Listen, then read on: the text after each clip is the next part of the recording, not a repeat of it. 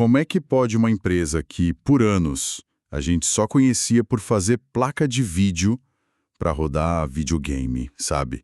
Em alta resolução.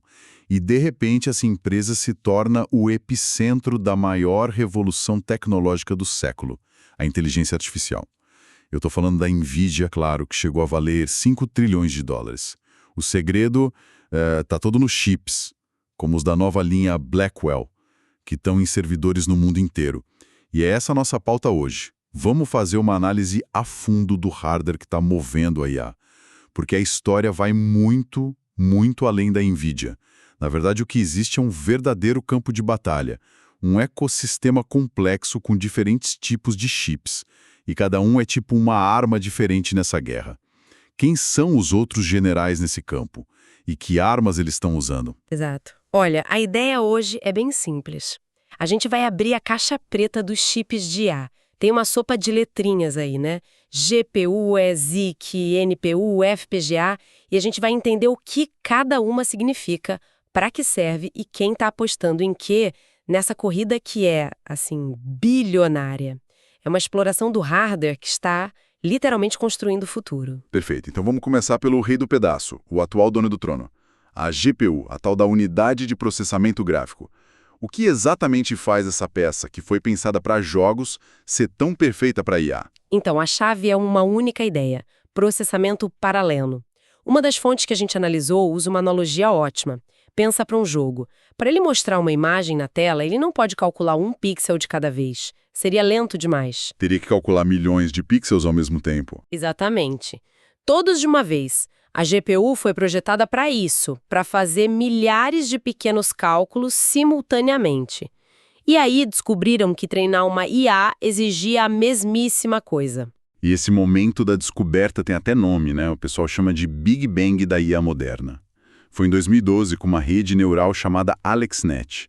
Uns pesquisadores pegaram uma GPU de videogame da NVIDIA e, na prática, hackearam ela para treinar um modelo. E os resultados foram tão, mas tão melhores, que mudaram o jogo para sempre. Exatamente. E para entender o porquê, é crucial saber a diferença entre a CPU e a GPU. A CPU é o processador principal do seu computador, certo? Certo. Ela tem poucos núcleos de processamento, mas são extremamente potentes. São tipo gênios capazes de resolver tarefas complexas uma depois da outra, em sequência. A GPU é o oposto. Peraí. Então a diferença é como ter um único gênio que resolve um problema super difícil passo a passo, versus ter um exército de formigas, onde cada uma faz uma coisinha minúscula, mas todas juntas conseguem mover uma montanha. A analogia perfeita. Exatamente isso. E na IA, a montanha que precisa ser movida são os tensores. Para simplificar, a gente pode pensar em tensores como a linguagem matemática da IA. É uma forma de organizar dados super complexos, seja uma imagem, um áudio, uma frase, e matrizes de números que esses milhares de núcleos da GPU conseguem processar em massa, todos de uma vez. Entendi. E onde exatamente essas GPUs entram em ação? Em duas fases principais. A primeira é o treinamento. É a fase da força bruta, onde você alimenta o modelo com uma quantidade, assim, gigantesca de dados, a internet inteira, por exemplo, e ele aprende os padrões. Isso pode levar semanas e consumir a energia de uma cidade pequena. Uau! E a segunda fase é a inferência. É quando o modelo que já está treinado usa o que aprendeu para gerar uma resposta, uma imagem, uma decisão. É a inferência que acontece quando a gente usa o ChatGPT ou quando o app do Starbucks dá uma recomendação. E a NVIDIA não vende só o chip, certo? O modelo de negócios deles parece ser o pacote completo. E é isso que os torna tão dominantes. Eles vendem o sistema. Um único rack de servidores com 72 das novas GPUs Blackwell pode custar 3 milhões de dólares. 3 milhões? E as fontes dizem que eles estão enviando 1.000 desses por semana. Eles vendem para OpenAI, para governos e para os provedores de nuvem como Amazon, Microsoft e Google, que depois alugam esse poder de computação para a gente, por hora ou até por segundo. E eles têm um concorrente à altura ou estão meio que sozinhos no topo? O principal concorrente direto é a AMD, com a linha de GPUs Instinct. Eles já fecharam acordos grandes com a Microsoft e a Oracle. Mas a NVIDIA tem uma arma secreta, que não é o hardware, é o software, a plataforma CUDA. Ah, o CUDA? Sim, os desenvolvedores de IA aprendem a programar em CUDA, que é otimizado perfeitamente para GPUs da NVIDIA. Isso cria um fosso, sabe? Uma barreira de saída gigantesca. Mudar para AMD significaria reescrever códigos, perder otimizações. É um ecossistema que prende o cliente. Certo. Então a NVIDIA tem o produto e a plataforma de software para prender todo mundo. Parece um jogo ganho. Mas o problema de ser o rei é que todos os seus clientes mais ricos, como o Google e a Amazon, começam a se perguntar: por que eu estou pagando uma fortuna por um canivete suíço super potente se tudo que eu preciso é uma chave de fenda? E é exatamente essa pergunta que abre a porta para o maior desafiante da NVIDIA, que não é uma outra empresa de GPU, mas uma outra categoria de chip, os ASICs, ou Circuitos Integrados de Aplicação Específica. A analogia do canivete suíço versus a chave de fenda é ótima. A GPU faz muitas coisas bem, mas o ASIC faz uma única coisa com perfeição. É isso. Exatamente. O ASIC é um chip projetado do zero para executar uma única tarefa com a máxima eficiência possível. O trade-off é óbvio: flexibilidade zero. Uma vez que o design é esculpido no silício, ele não pode ser alterado. Se o seu algoritmo mudar, o chip vira lixo. Certo, mas aí vem a minha dúvida. O custo de desenvolver um chip desses é de dezenas, talvez centenas de milhões de dólares. Parece uma aposta incrivelmente arriscada. Se o modelo de IA mudar no ano que vem, esse chip de 100 milhões de dólares vira um peso de papel caríssimo. Por que alguém faria isso? Constrói seus próprios caminhões de entrega em vez de usar só os correios. Escala e controle. Para o Google, Amazon, Microsoft e Meta, o investimento se paga. Primeiro, eficiência energética. Em data centers que consomem quantidades absurdas de energia, uma pequena melhora na eficiência se traduz em milhões de dólares economizados. Faz sentido. Segundo, eles otimizam o chip para suas cargas de trabalho específicas, ganhando performance. E terceiro, e talvez o mais importante, eles quebram a dependência da NVIDIA.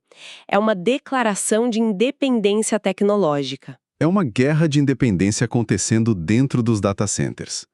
Quem são os líderes dessa rebelião? O Google foi o pioneiro. Eles criaram o TPU, a Unidade de Processamento de Tensor, lá em 2015. E olha que interessante, o desenvolvimento do TPU dentro do Google ajudou a levar à invenção da arquitetura Transformer, que é a base de quase toda a IA generativa hoje. Nossa, uma coisa levou a outra. Totalmente. E, recentemente, eles fecharam um acordo com a Anthropic para treinar o modelo Claude numa rede de até 1 milhão de TPUs. E a Amazon, eles não iam ficar parados vendo o Google fazer isso, né? De jeito nenhum. A Amazon Web Services, a AWS, desenvolveu seus próprios chips, chamados Trainium, para treinamento, e Inferentia, para inferência. Uma das fontes menciona uma visita ao maior data center de IA da Amazon, em Indiana. Lá, eles estão treinando modelos da Anthropic em 500 mil de chips Trainium 2. E o detalhe mais fascinante: não existe uma única GPU da NVIDIA naquele prédio específico. Nenhuma? Muito melhor. Quer dizer que eles construíram um centro de IA de ponta sem comprar nada do líder de mercado. Isso é uma mensagem e tanto. É uma mensagem fortíssima. E a tendência só cresce. A Microsoft está com seu chip Maia, a Meta tem seu próprio acelerador e até o OpenAI, que é a maior cliente da NVIDIA, está trabalhando com uma empresa chamada Broadcom para ter seus próprios ASICs a partir de 2026. E quem é essa Broadcom? Se todo mundo está fazendo o seu próprio chip, quem ajuda eles? A Broadcom é como a fabricante de armas dessa rebelião. Ela é uma das parceiras de bastidores junto com a Marvel. Em vez do Google ou a Meta terem que montar uma equipe de design de chips do zero, o que é caríssimo e demorado, eles colaboram com a Broadcom, que já tem a expertise. As projeções indicam que a Broadcom vai dominar de 70% a 80% desse mercado de ASICs customizados. Eles estão ganhando muito dinheiro com essa guerra. Ok. Mas toda essa conversa até agora é sobre computação centralizada, em prédios gigantescos que consomem energia de uma cidade. E se a gente invertesse a lógica? E se em vez de levar nossos dados para a computação na nuvem, a gente levasse a computação até os dados? Você está falando de rodar a IA diretamente no meu celular, no meu carro, no meu laptop. A tal da IA na ponta, ou Edge AI. Exatamente, essa é a outra grande frente de batalha. E os benefícios são enormes. Primeiro, privacidade. Seus dados não precisam sair do seu aparelho e ir para um servidor de terceiros. Segundo, velocidade. A resposta é instantânea, sem a latência da comunicação com a nuvem. E terceiro, eficiência. E o chip para isso é a NPU, ou Unidade de Processamento Neural. Que é basicamente um mini ASIC, um chip especializado em IA, mas que já vem dentro do processador principal do nosso celular ou computador. É uma ótima forma de pensar. A NPU é um acelerador dedicado que fica dentro do que a gente chama de SoC, o sistema em um chip. E isso já está em todo lugar. O Neural Engine dos chips da série M da Apple nos MacBooks é uma NPU. Exato. Os iPhones, os celulares Android topo de linha com chips Snapdragon da Qualcomm, os chips da Samsung, todos têm NPUs. Elas estão em carros, robôs, câmeras de segurança. Então o campo de batalha não é só nos data centers. Existe essa guerra mais silenciosa de guerrilha acontecendo nos nossos bolsos. Perfeitamente colocado. Hoje, a maior parte do dinheiro e da atenção da mídia está nos chips para data center, nas GPUs e ASICs. Mas a longo prazo, à medida que a IA se tornar onipresente em todos os dispositivos, o mercado de NPUs e Edge AI tem um potencial de crescimento talvez até maior. É uma maré que está subindo silenciosamente. Ok, então cobrimos as GPUs, o rei, os ASICs, os rebeldes, e as NPUs, a força de guerrilha. Falta alguma peça nesse quebra-cabeça. Falta uma última categoria, um pouco mais de nicho, mais importante. Os FPGA, ou Field Programmable Gate Arrays. O nome é complicado, mas a ideia é simples. É um chip que pode ser reprogramado via software depois de ter sido fabricado. Então ele é o meio termo, mais flexível que um ASIC, que é fixo, mas mais especializado que uma GPU, que é de uso geral. É o camaleão dos chips. Pensa numa empresa de médio porte, talvez no setor de robótica industrial ou de equipamentos médicos, que está desenvolvendo um sistema de visão computacional muito específico. Eles precisam de algo mais otimizado que uma GPU, mas o custo de projetar um ASIC de 200 milhões de dólares é proibitivo. Aí entra o FPGA. Eles podem comprar um chip em branco e configurá-lo para sua necessidade exata. É a ferramenta perfeita para inovação em nichos específicos, para quem não é um gigante da tecnologia. Exato. O desempenho e a eficiência energética para IA não são tão bons quanto os de um ASIC, mas a flexibilidade é imbatível para prototipagem e para mercados de menor volume. Os grandes players aí são a AMD, que comprou a líder de mercado Xilinx, e a Intel, que comprou a concorrente Altera. Certo, agora o quadro está completo. Mas isso me leva a uma pergunta fundamental que está pairando sobre toda essa conversa. NVIDIA, Google, Amazon, Apple. Eles todos projetam esses chips. Mas quem de fato fabrica essas peças de silício? Essa é a pergunta de $1 trilhão.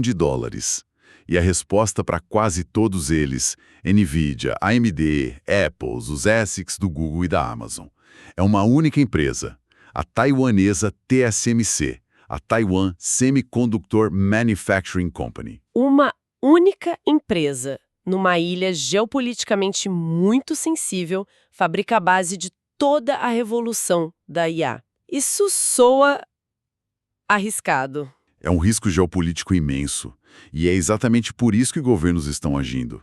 Essa dependência levou os Estados Unidos a criarem o CHIPS Act, um programa de dezenas de bilhões de dólares para incentivar a construção de fábrica de semicondutores em solo americano. E já estamos vendo os resultados. Como assim? A própria TSMC está construindo uma nova fábrica gigantesca no Arizona, onde, entre outros, os novos chips Blackwell da NVIDIA serão produzidos. E a Intel, uma das poucas que projeta e fabrica seus próprios chips, está tentando reviver seu negócio de fabricação para terceiros. E também está construindo plantas no mesmo estado.